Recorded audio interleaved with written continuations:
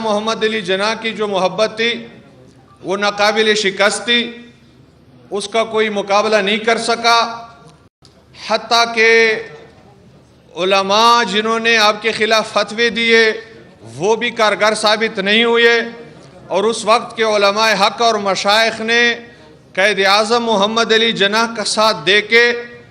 الحمدللہ پاکستان بنا کے رکھ دیا۔ اور اب ایک دور ہے کہ ایک لیڈر، ایک رہنما جو درویش صفت انسان ہے اور جسے دنیا کی کوئی لالچ کوئی نہیں، اور جس کا نعرہ ہے کہ پیسے کو استعمال کرو لیکن پیسے سے اور دولت سے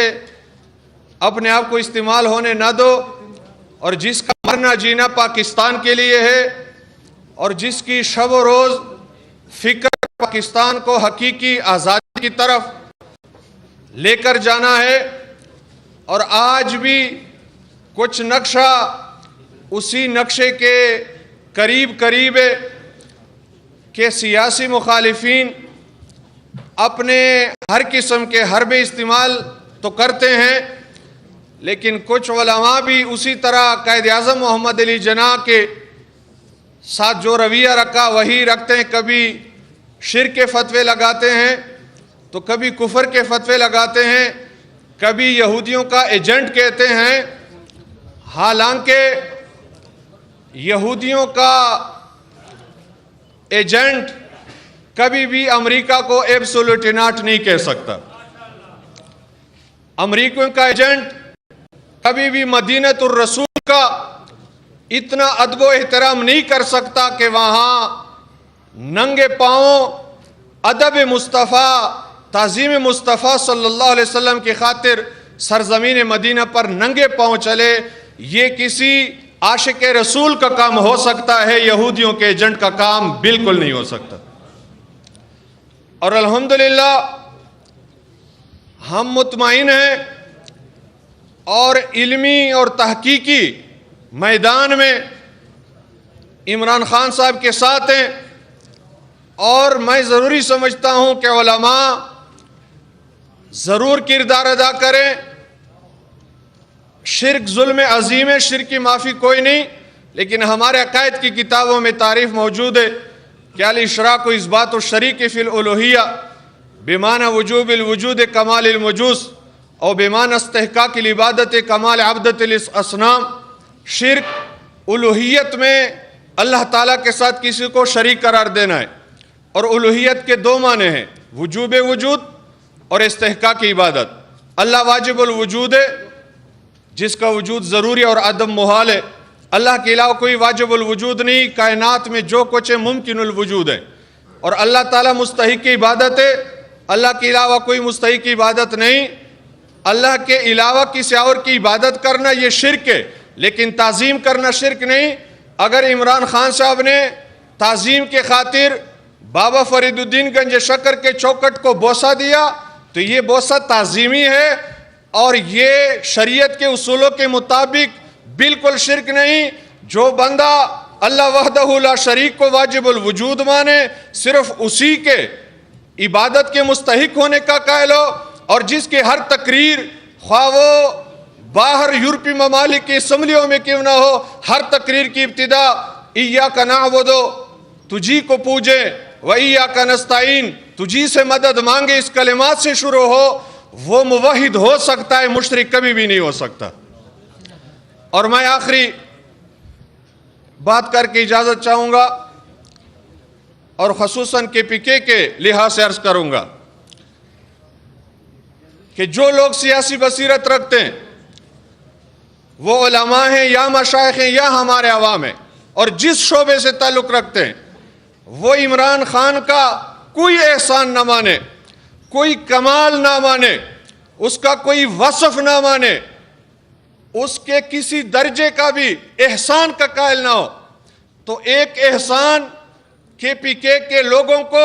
اور خصوصاً ہمارے پٹھانوں کو ماننا پڑے گا۔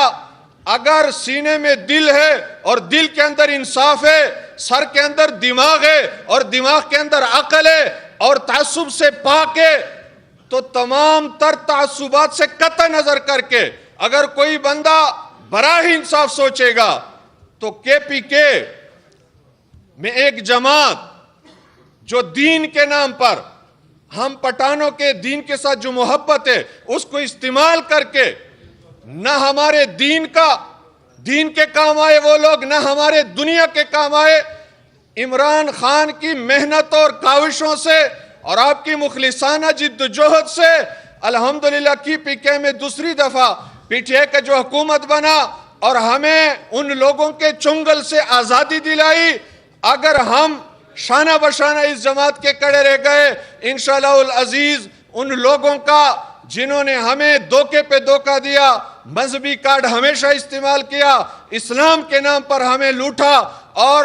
ووٹ کو جنت کا ٹکٹ قرار دے کے کہ جو ہمیں ووٹ دے گا وہ جنت جائے گا، جو ہمارے خلاف ووٹ دے گا وہ بس جہنم پہنچ گیا، اس قسم کی تقریریں کر کے اور ہمیں بود اور بے وقوف بنا کے جن لوگوں نے ہمیں آباء و اجداد سے برسوں سے لوٹا، پہلے آزادی عمران خان نے ہمیں ان لوگوں سے دلائی. یہ عمران خان کا ہم پر اتنا بڑا احسان ہے کہ ہم اس کا بالکل شکریہ ادا نہیں کر سکتے. ہم الحمدللہ ان کے ساتھ ہیں اور یہ علماء مشائخ کی بابرکت محفل ہے، انشاءاللہ ان کی دعائیں بھی ان کے ساتھ ہیں. وہ وقت قریب ہے کہ اللہ تعالی ہمیں حقیقی اور صحیح معنوں میں ایک آزاد قوم کے طور پر ایک ہمیں موقع عطا فرمائے گا. انشاءاللہ اللہ تعالی عمران خان کو اور آپ کے جتنے مخلصین کارکنان ہیں اور جو لوگ پاکستان کے حقیقی خیرخواہ ہیں انہیں ترقی عطا فرمائے، کامیابی عطا فرمائے. میں اپنے استاذ ابو الفیض مفتی محمد فضل الرحمان جو ڈیرہ اسماعیل خان تحصیل پروا کے پی ٹی آئی کے تحصیل کینڈیڈیٹ جس نے تحصیل میئر پر الیکشن لڑا، وہ کچھ مصروفیت کی بنا پر نہیں آ سکے، اس کی نمائندگی کی حیثیت میں اپنی حاضری میں نے لگوائی. اللہ تعالی ہم سب کا حامی و ناصر ہو. اسلام زندہ باد، پاکستان پائندہ باد. جزاک اللہ ماشاءاللہ. زه یو ځل بیا خاص کوم کوم مقررین چې زه راغواړم مهرباني کوئ صرف 2 منټه یا 3 منټه ټیم دا صرف د نمائندګۍ دپاره دی. نور موږ ته پته ده چې دا څومره حضرات موږ سره ناست دي، دا ټول مقررین دي، دا خطیبان دي. نو مهرباني کوئ ځکه چې کله خان صاحب راشي د هغه نه وړاندې به صرف بیا یا 2 یا 3 تقریر کېږي، هغه مختصر. نو صرف د نمائندګۍ دپاره چې کوم افراد رابلم مهرباني کوئ د وقت ډېر زیات خیال ساتئ. زه خاص کوم جناب علامه سید عبدالحسین حسینی صاحب مجلس وحدت المسلمین چې هغې راشي او دلته هغې د خپلو خیالاتو اظهار وکړي. وقت مختصر دی، د وقت د اختصار دی خیال ساتي.